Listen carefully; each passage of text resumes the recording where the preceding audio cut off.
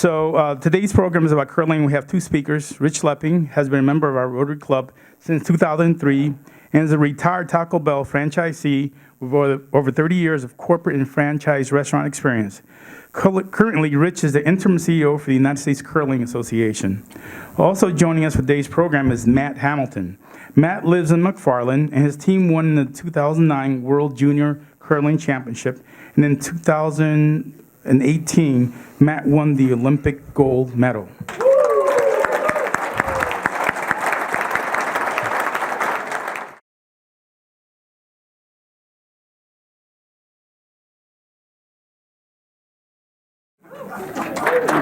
Well done, Matt. If you're a curler or if you've been watching the game, that never gets old watching that. And to have Matt Hamilton, who's a member of the Madison Curling Club, who the three of us at the table have watched growing up as a little kid, it's pretty amazing to see. As a special treat, it's taken 2 years to get Matt here, and finally we have him here. But at the end of the program, he also has his medal. And if you would like to have a picture taken with Matt and the gold medal, it's pretty impressive. I would encourage you to stick around and do that. So today, what we thought we would do, Matt and I, is have a little conversation about the sport and about his win and what's it take to become an Olympian. So we'll ask a number of questions, and then certainly we'll open it up for questions and answers. First, a little bit about USA Curling. As was mentioned, I'm the current interim CEO of the United States Curling Association, which is a really honor to do that. Growing up as a local curler in Madison, working through the leadership ranks, ultimately becoming board chair, and now interim CEO. It's a pretty amazing feeling to be part of this sport. USA Curling was established in 1958. We are a 501c3 not-for-profit organization. We're governed by a board of 21 board of directors and a couple of at-large directors from around the country. We are headquartered currently in Stevens Point, Wisconsin, which is a little unusual, and it has to do with the history of our former executive directors' family living there, and that's where we wanted to settle down. As we've gotten into the big leagues, we're actually looking at moving our office out of Stevens Point. We currently have almost 200 clubs now. This is 180, but almost 200, and almost 26,000 members. When I first got involved in the board, we were at about 12,000 members. So the growth has been pretty remarkable, and it's certainly in the last 2 years, we've seen about a 12% increase in growth after the gold medal game. So it's a pretty amazing feat. We are a member of the World Curling Federation and the United States Olympic Committee. The significance of that is there are 30-plus what they call national governing body sports, which means they're medal sports. We're one of 8 winter Olympic sports, or a medal sport. So we're governed a bit, and our high performance program, which Matt's going to talk about, is governed under that program. Our outreach into the communities, we have curling in the gym. As you can imagine, we don't have ice everywhere in the country, but we have little imitation curling stones that we can get them into the gyms and phys ed programs. We have those around the country. We have youth and junior programs. We have a adaptive wheelchair curling program that also now is an Olympic medal sport. And as I mentioned earlier this morning, our ages are incredible. We've got curlers from 9 to 90, and many of us have actually seen 90-year-old curlers, and we came up with kind of an invention a number of years ago. It's called the stick, and rather than delivering the way you saw on TV, it was a elongated stick, and you push the stone from the stick. And frankly, these 90-year-old curlers are better at 90 than they were at 55. So it's amazing how it keeps them in the sport, how accurate they are, and the fun that everybody has. Rich failed to mention playing against 90-year-olds and also regularly losing to said 90-year-olds. Yeah. We are the fastest growing winter sport, Olympic sport, and I've shown a couple areas in the progression of the sport and how we have grown. And I talked about this increase in membership. We call it the Olympic bump. So the Olympics are every 4 years. When the Olympics happen, everybody goes, "Oh, curling! Look, that's great." Have no idea what it really is, but they love watching it. And then they all go down to their clubs and they sign up and they try and throw some stones and curl. And then so we see a bump in membership. 2 years later, those folks are kind of gone. 2 years, the Olympics come back, it goes right back up again. The good news on the gold medal, and to Matt's team's credit and Matt's credit, we've got a bit more sustainable bump going on these days, so it's kind of fun. And then finally, there's Matt's teammates. There's the 5 gentlemen that won the gold. We have a program called Curling Night in America. If you haven't seen it on NBC Sports, for the next 8 weeks, it's already been on 2 weeks. Friday nights, unfortunately, it comes on about 9 o'clock at night, so it's a little late for some of you. But if you including me, I mean, I get it. Nice. Watch it. It's fun. Matt's been on a couple times. He'll be on one more time. Take a look at that. And here's a shot of something that's a little also unusual. We have a discipline called the mixed doubles, and instead of a 4-person team, it's a mixed gender team with 2 people, and it takes a bit of dexterity and athleticism. However, Matt and his sister Becca are on our mixed doubles national team, and they actually competed at the Olympics at the same time. Came up short by 1 game, but played incredibly well. And we'll talk a little bit about the dynamics of a brother-sister team, particularly with their personalities in just a minute. So where are we at? We're looking forward to the Beijing Olympics in 2022. Believe it or not, it's not that far away. We have announced our Olympic trials already for next year. And we pick our teams 1 full year in advance of the Olympics. And obviously there's preparations, but there's also logistics and playing involved. There's an awful lot of stuff that goes into how do you become into the trials. We have a point system based on world rankings and so on. And so both of our men's and women's team look to be in great shape, and our mixed doubles team is for sure going to be there. So we're excited about the Olympics in Beijing 2022. And with that little background, what I'd like to do is just kind of go into our little discussion with Matt, and then we'll open it up for questions and then pictures after that. As I mentioned, I've watched Matt grow up, and it's been a delight. Matt is quite a character on the ice. He's got a personality which, frankly, keeps the team together. And there's always that one person that kind of brings everybody and keeps everybody focused, and sometimes it keeps them loose. And when you're in that kind of a situation, that's what's Matt's background has really been about. If anybody remembers leading up to the Olympics, NBC local television had a little fun at Matt's expense with his mustache, and they called him the Stash. And so my very first easy question, Matt. Your Olympic picture, you're pretty trim and dapper. All of a sudden, you got a stash and long hair. What's going on with this? Well, the long hair is just something new because it's not getting or it's getting grayer and grayer as the years go by, and it's not going to look that great that long for much longer, and I've never grown it out. So it's kind of just something I've wanted to do. As for the mustache, it started off as the No Shave November, or Movember, and it was prostate awareness. I would say in 2014 was the first year I participated. I found out about it in October and realized I needed an entire month to grow it so I would actually have the mustache for Movember. And we actually had some decent success on the curling ice. So I was like, maybe I'll just keep it for a while. And I kept it through that season, made it to nationals. Our team needed to rally at the World Championships. We needed to win 2 games in a row to qualify for a tiebreaker. So I told them I was going to shave the stash as like a good omen, start fresh kind of thing. And we actually made the tiebreaker game. Didn't quite go the way we wanted to, but we got 5th place that year at the World Championships. And then I just decided that my wife doesn't get a clean-shaven man in the curling season. Well, there's been a lot of fun with it, and again, it's been one of those that have it's been kind of a little media blitz, and so most of us are encouraging him to keep that on.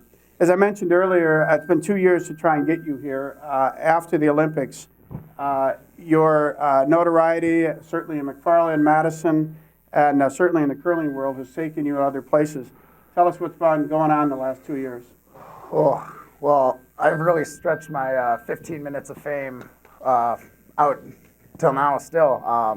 I've gotten to do a lot of really neat things. I've thrown an opening pitch at a Brewer game and a Twins game.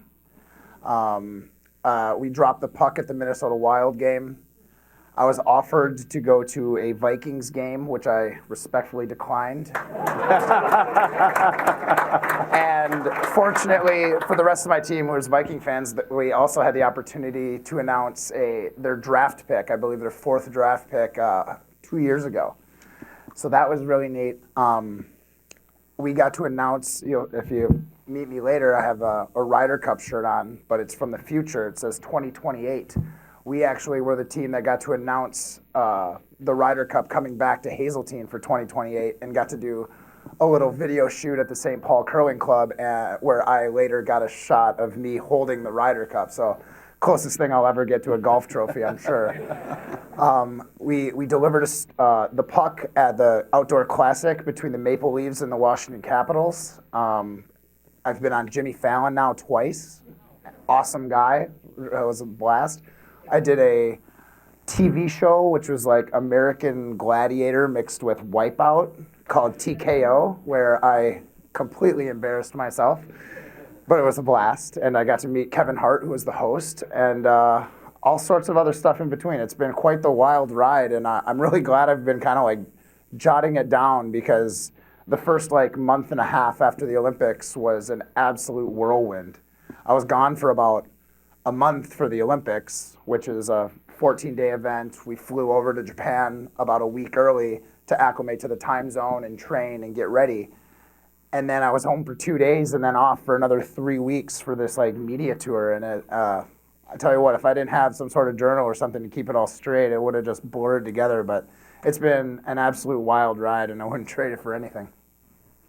So people have long found out that myself or you curl, or our friends curl, and they go, "Oh yeah, that curling, that looks pretty easy. Right? I got to try that." And oh, by the way, I think I could become the next Olympian. And as much as I want to be optimistic, I literally look at him and I go, "No, you can't." Now, can you come in? Can you play? Can you have fun? You bet. Matt, tell us what it takes to be an Olympian, and tell us what your journey was starting it out at the Madison Curling Club. Well, this is also a fairly interesting story. My dad got into curling probably in about 2004, and he was on a men's league team. They weren't very good, and he invited me down to watch a game. So I'm watching, and his team, I just keep seeing one color on the scoreboard go up, and I notice my dad's not throwing that color, so I imagine he's losing, not knowing how to really tell score at that time. And he quits the game while these other games are still going on the ice. And I ask him, came off the ice, I'm like, why are you guys done? He's like, it's kind of the beauty of curling. If you see the writing on the wall, you can just call it quits and go inside and enjoy an adult beverage with your opponent. And I was like, oh, that's interesting. And he goes, so Matt, what'd you think of curling? You know, like, I know we lost and we didn't play very well, but what'd you think? And I looked at him and I went, Dad, curling's kind of lame. Little did I know. About a year later, I had a friend who was my age in high school. It was my freshman year. His uncle was the ice maker down at the Madison Curling Club, and he asked, Matt, would you like to play Thursday men's league with me and my uncle? We have dinners after the games. It's a really good time. And coming from my 15-year-old friend who was like, hey, you should try this sport. It's really cool. I was like, that sounds pretty cool. Sorry, Dad. So that's where it started. And I remember one of my first couple games, I felt like our team was getting outplayed, but we were hanging in it. And it came down to the last shot, and our skip or captain of the team, he made it. And I went up to him after the game, and I was like, Mike, I felt like we were outplayed. And I've played a lot of sports. I played all sorts of sports in high school and everything growing up. I said, I feel like we were outplayed. And he's like, yeah, we were. I'm like, but we ended up winning. Why? And he goes, you know what, Matt? Curling's not about making all the shots all the time. It's about making the right shots at the right time. And for me, that was like my epiphany. I was like, wow, if you can just clutch up for a couple moments every game and you can like just hang in there, you've got a chance of winning it. And that doesn't only apply to curling, but that's applied to like life in general. Like you're never always going to be 100% successful in everything you do. But as long as you put yourself in the situation to have these opportunities, at some point, if you clutch up, you're going to put yourself in a really great spot. And that's that kind of was one of those like crossover life lessons that I got from curling, and really was the thing that kind of sparked my interest. So from then on, I would go to the curling club, either get a ride from one of my buddies, or then when I was able to drive a car, go down to the curling club right after school. At about 3:30, leagues started at 4. And even if I didn't play that night, I would get a little piece of paper, I'd fold it, tell them like my rating, which we have handicapped leagues, so it was a number based on how good I was. And if anyone didn't show up that day, I was just sitting there doing my homework, and they'd come up and be like, hey, you're 6 points. You want to play second for me? Absolutely. Get up, go play that game, get off the ice, go right back to my table, put my little TP in front of me where it said 6 points, and hopefully the guy at 6:30 would ask. And then I'd get off the ice of the 6:30 game and right back to my table, hoping for the 8:30 game. And I probably did this all 5 days of the week, and I tried to play in as many leagues as I could. And I got to a point where one of our older members, I got done playing my third game of the day, and I went back out on the ice to throw rocks while everybody else was gone. And this kind of more senior member, and to my his name by the name of Tony Wendricks, told my father, you know, if he keeps practicing like this, he could be one of the best in the U.S. He might go to the Olympics. And I remember when I got off the ice, my dad told me that, and that really like hit home for me. I was like, wow, this guy really thinks I have potential. And that was another like one of those things that just reminded me of everything that I'm doing right now is I'm in the right direction, I'm headed in the right spot, and I'm putting myself in the right opportunity where hopefully I have a chance to capitalize on it. And that's kind of like where it all like kind of started, and like without hours and hours of practice, and turned down events from friends, and you know, dedicating weekends to curling events instead of hanging out with buddies, or you know, I've missed weddings and all sorts of things for this sport of mine. And you know, there's a lot of sacrifice, but it turned out it was all worth it. Turned out right, and turned out great is what it turned out. So, you know, we talked earlier about being the glue of the team, and our sport, unfortunately, does not have enough money for our athletes to do this full time. And so even Matt works full time. He curls full time. He's traveling. We have a dentist in one of our high performance programs. We have an attorney. It's amazing how bright and smart our athletes are, but unfortunately they have to work, most of them, and then they curl. And in that, we have a sports psychologist that works with our athletes. We have a physical training center. Matt, how does all of that come into the preparation leading up to the Olympics, and that team dynamics with all of the support behind it? What did that do, and what was the main takeaway from that? So, I mean, I've kind of come from the school of thought that if you have like an internal problem on a team, you can take care of it by talking with each other and one another. And in about our second year on my Olympic team, we had a pretty bad weekend in St. Paul, and our sports psychologist, her name's Carly Anderson, one of the nicest women out there, sits us down, like takes us into like a back closet of the curling club, sits us down, and really gives it to us. Basically saying how we are totally dysfunctional out on the ice. Whatever we thought we were doing correct was absolutely wrong, and started facilitating a discussion about what the other guy may be doing that is hindering our performance. And that's when I realized like sports psych is more than just sitting down and trying to hash it out. Sometimes it's about asking yourselves the tough questions and trying to get the correct answer. But we needed a facilitator in our sports psychologist, and that to me is one of the biggest turning points in our team, where we literally everything was laid out. This is what I need from you. This is what I don't want to hear from you. Like this is our expectation for everything, and that kind of like really set the groundwork, almost the foundation for how we were able to build as a team to the point where we're at that Olympic final. And you saw Adin's team on that first clip, they make a nice shot and they kind of give a wave. Every time we made a nice shot, we had fist pumps and like high fives and some butt slaps. And it was just one of those things. Like we knew that's what we needed to keep each other excited. And that was like one of my roles on the team is kind of the clown / energy. I was there to keep it light, show like great support for good shots, and then for bad shots, be able to come there and like pick them up. Or if I'm shooting after them, like, hey, don't worry about it, I got you, or something like that. So that groundwork that was laid, which we wouldn't have had if it wasn't for the HP program, was an absolute crucial part to any success we were able to have later in 2018.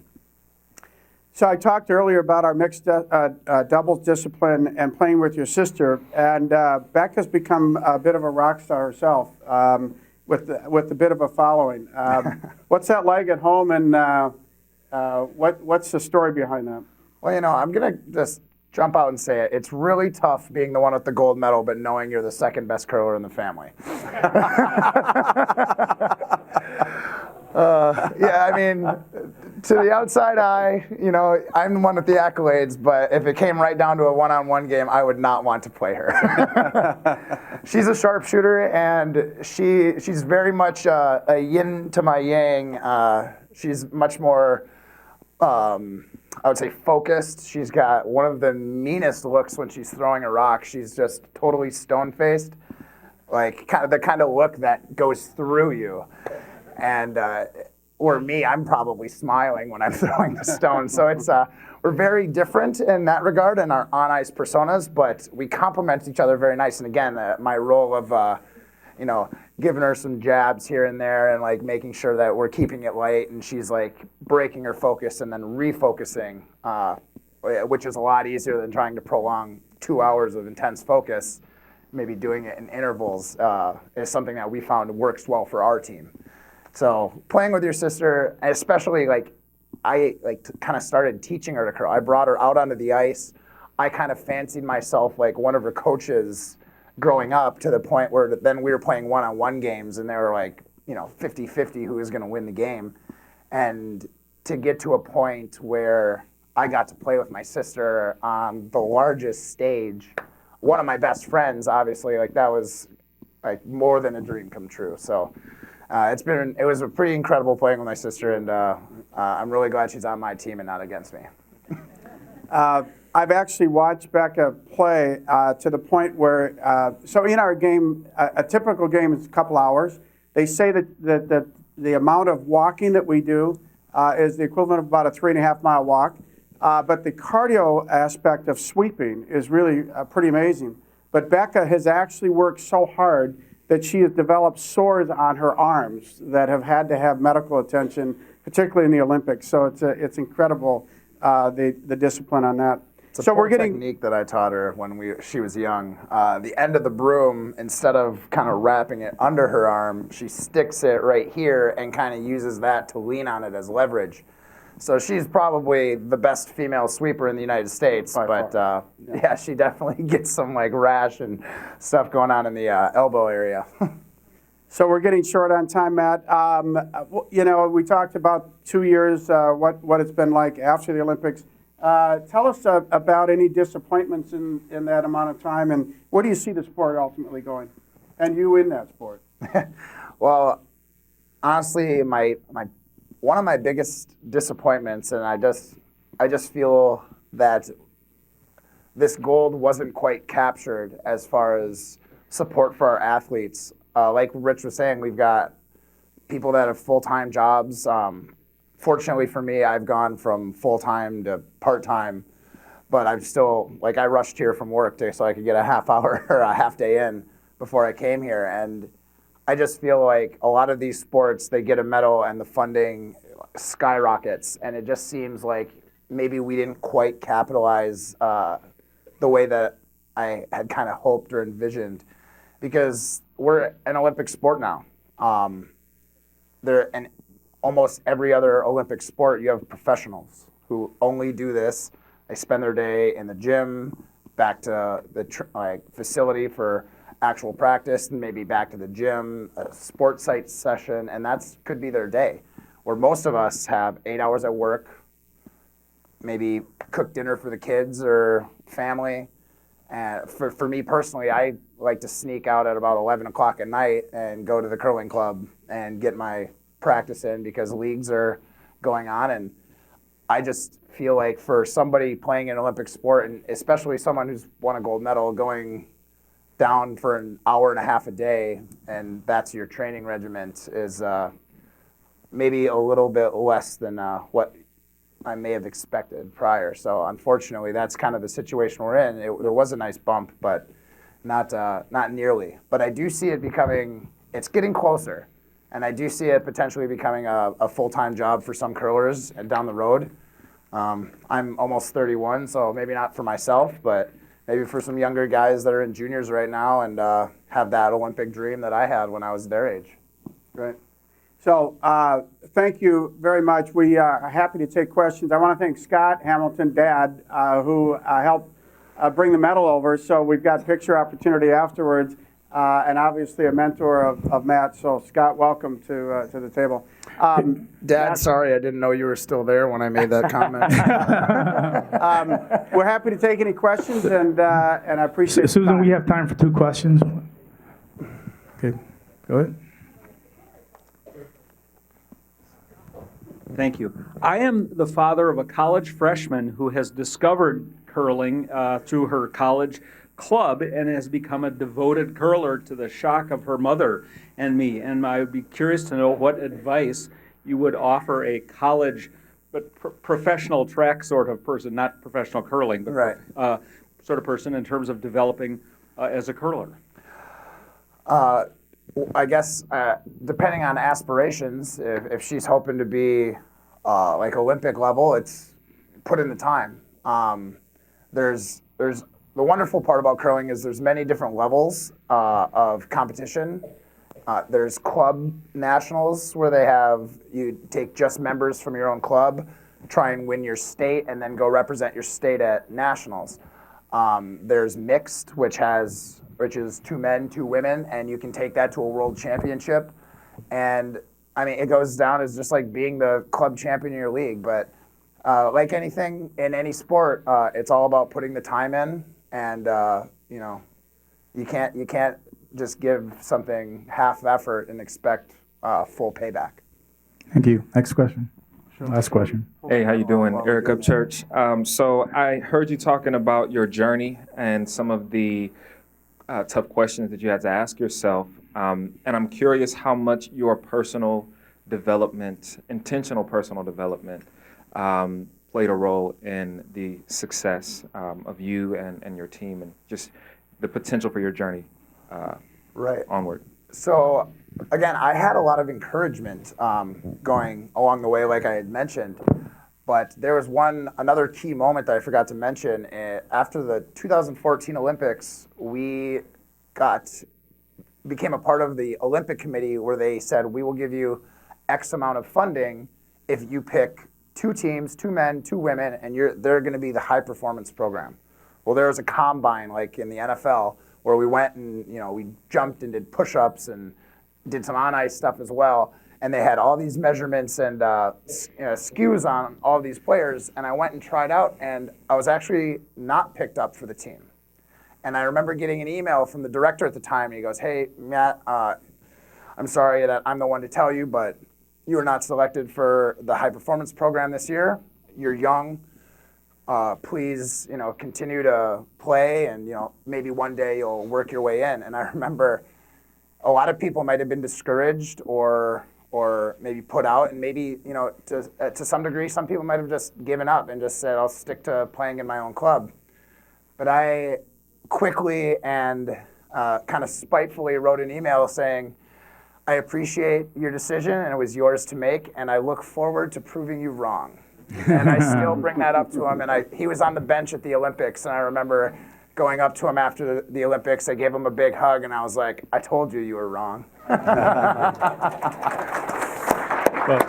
George, we'll have pictures right up here with Matt. Yeah, so Thank you, everybody. thank you very much for the presentation, Rich and Matt, and we'll have pictures here and questions. So don't forget, next Wednesday, what's going on? Evening for divorce, okay, at 4:30 on the 8th floor, and we are adjourned. Thank you.